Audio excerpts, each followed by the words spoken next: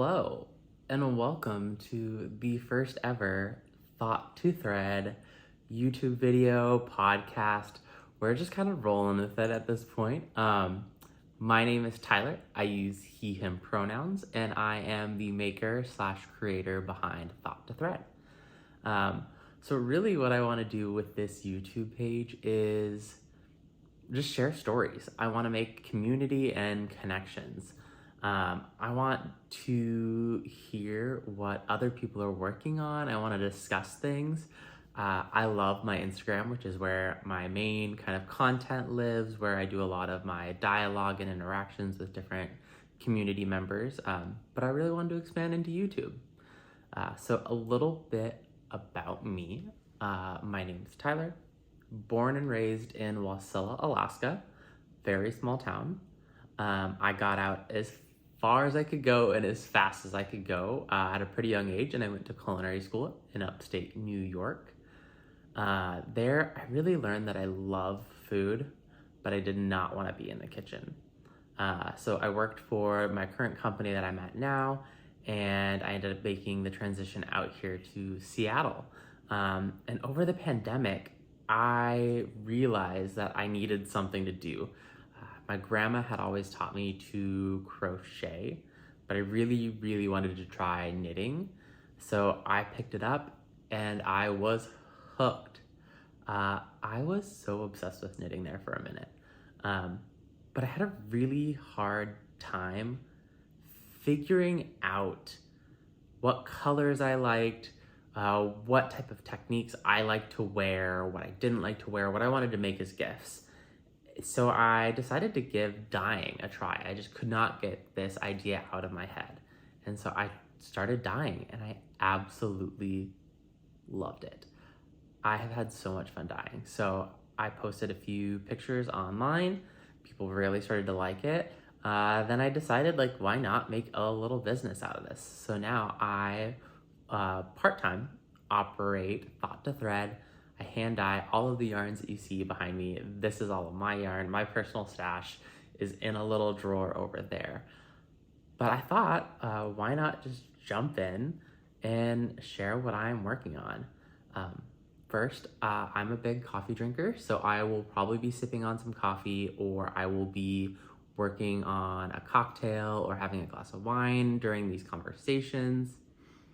So the first thing I really want to share with you is the Cascade Cowl. If you saw this on Instagram, I am having such a fun time with this cowl. I love color work. So this is my Persistence DK yarn. It's 100% superwash wool. This off-white one is Novel Pages.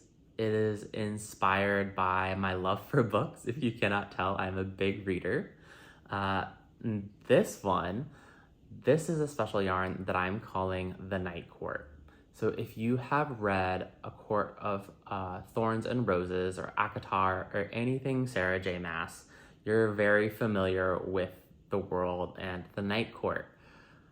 I was originally going for one of my colors called Seattle Gray, and for some reason I just was really struggling that day, and I could not get Seattle Gray to come out. But I ended up getting this beautiful kind of midnight silvery moon, kind of black with a little bit of hint of blue, and you have some of the silver in there, and it turned out just beautiful. And it was one of those moments where I was really trying to force a color to work, and I had to let it go. I love hand-dyed yarn because of that aspect. Nothing's gonna be perfect. Sometimes mistakes happen, but that doesn't mean that mistake is a bad thing. So I wanted to see how this would knit up, and it's stunning. It's a lot more kind of a semi-solid than I thought it was gonna be. I thought it was gonna be a lot more tonal, have a lot more variegation, kind of some of that speckly, but it actually holds a pretty solid color. So I have a bunch of this that'll be releasing soon. I just wanted to kind of try it out and see what I liked before it. So again, this is a Cascade Cowl. It is good. It's a design from one of my good friends, Jamie. I'll put a link to her pattern below, as well as her Instagram. Really, really fun designer, does a lot of great color work. So if you're into color work, I would definitely check her out. The other thing that I am working on is one of my good coworkers had a baby boy, and I love making baby blankets. I kind of have a little obsession with it. I, however, bit off way more than I could chew. So I was doing a seed stitch baby blanket on wood needles. I thought it was going to be aesthetic. I thought it was going to be a vibe. It was not. It was painful. So I ended up ripping it out, and this is now the baby blanket that I'm working on. So it's very simple garter. I had to rip it out, so you can kind of see when I ripped it out, some of the yarn was still pretty kind of wrinkly because I didn't soak the yarn, because I figured it's garter, it's gonna block out. So you can kind of see that there is some slight imperfections, and that's okay. That's what knitting's all about. So my plan is to just keep going up and up and up, and then I'm gonna do an I-cord bind off all the way around with some like neat little edges. This was a really fun kind of custom color because it's pretty different than what you'll see in my palette back there. So the mom had sent me a picture of the swatch of what they're gonna be doing for the baby's room, and this was the wall color. And so I was able to match it and come up with this really fun kind of corally seafoam green. So those are my two active whips. I'm gonna be going to Louisiana here in a couple days for Thanksgiving, and I think I might either do a pair of socks or an Oslo hat by Petite Knit, just to have something while I'm traveling. I think the baby blanket is getting to be a bit big to travel on a carry-on, and then the cowl I'm hoping to have finished before then.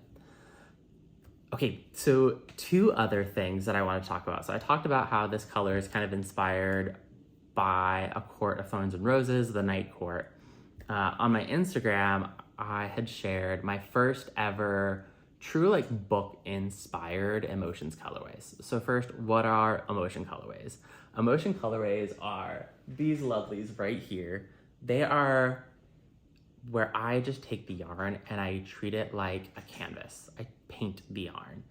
I want to feel something. I have this emotion, I have this idea, and I just want to go crazy and wild and almost be artistic and just like paint the yarn with the acid dyes.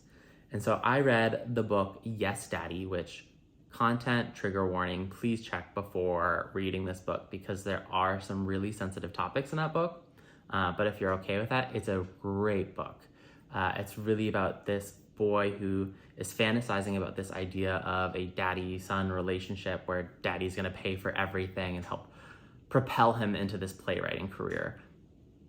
No spoiler here, that's not how real life works, and there are some consequences to that lifestyle.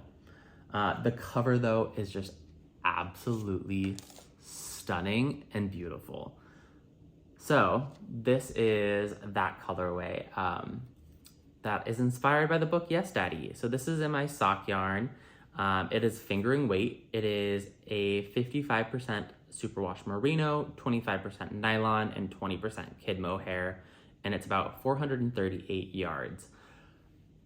My sock yarn is so fun because I love that it has this mohair because it adds that like subtle halo effect without it getting like really fuzzy.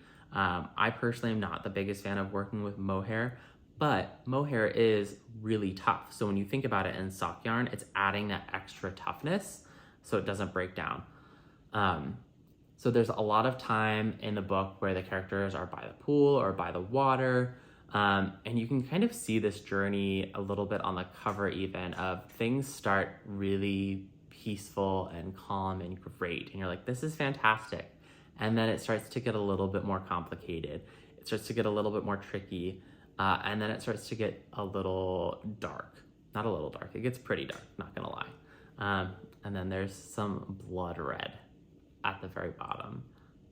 No spoilers on that one, but highly recommend the book. I would give it 3.5 stars out of 5. The only reason I didn't give it the full 4 stars is towards like the middle end half of the book, there are a couple timeline jumps that felt very jarring, and it was really hard to kind of connect what was happened in the past what had happened during this time jump into now what's happening now, because it was all very interconnected. But I just felt like it was such a jarring jump into this future world that you kind of lost the rhythm of the story. So if it would have had a little bit more of a smooth transition to the future, I probably would have given this book 4 out of 5 stars. I'm trying to be better about not giving books 5 out of 5 stars, because I saw a TikToker who was basically like, 1 star is did not finish, 2 stars is I finished, didn't really enjoy it, 3 stars is like, this was a pretty good book and I really enjoyed it. There are a couple things that I wanted to change or I didn't really like about it, but pretty decent. 4 stars is, this is a really good book and I want to talk to my friends about it and I really enjoyed this.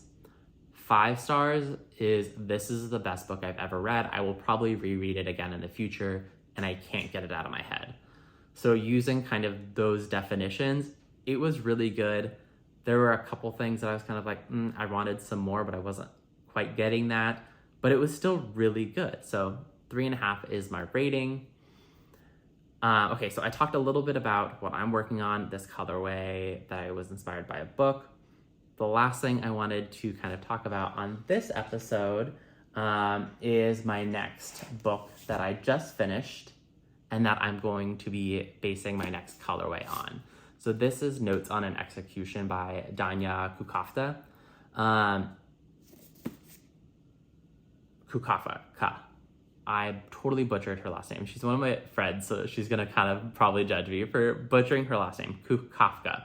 Danya Kukafka wrote this book, and it is the story of a man who is in death row in Texas, and it kind of toggles between 3 different women and how this man has impacted the lives of these 3 women at different times, different phases, and different stages of their life and following this journey.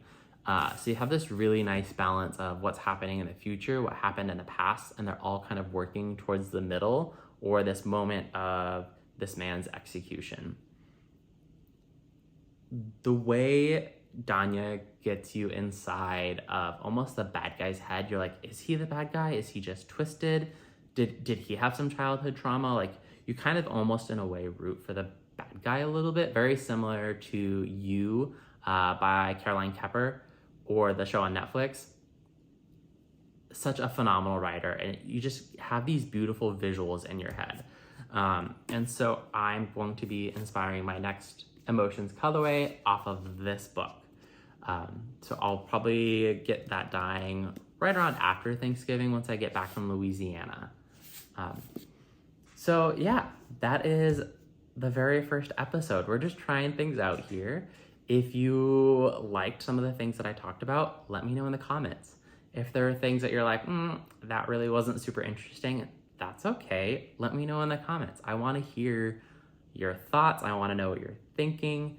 What would you like to see? What type of things should I be doing? I really hope to do this on some sort of cadence that I'm trying to figure out. My gut instinct is every 3 weeks feels like a right amount of time to film an episode. I hope to maybe post some tutorials, have knit nights with friends where we just come on and we're just talking on Zoom or on Skype or FaceTime, and we're just having a conversation for the YouTube in the world. So thank you so much for joining in, and I hope you have an amazing rest of your day. I'm gonna sip some coffee and then probably get to work.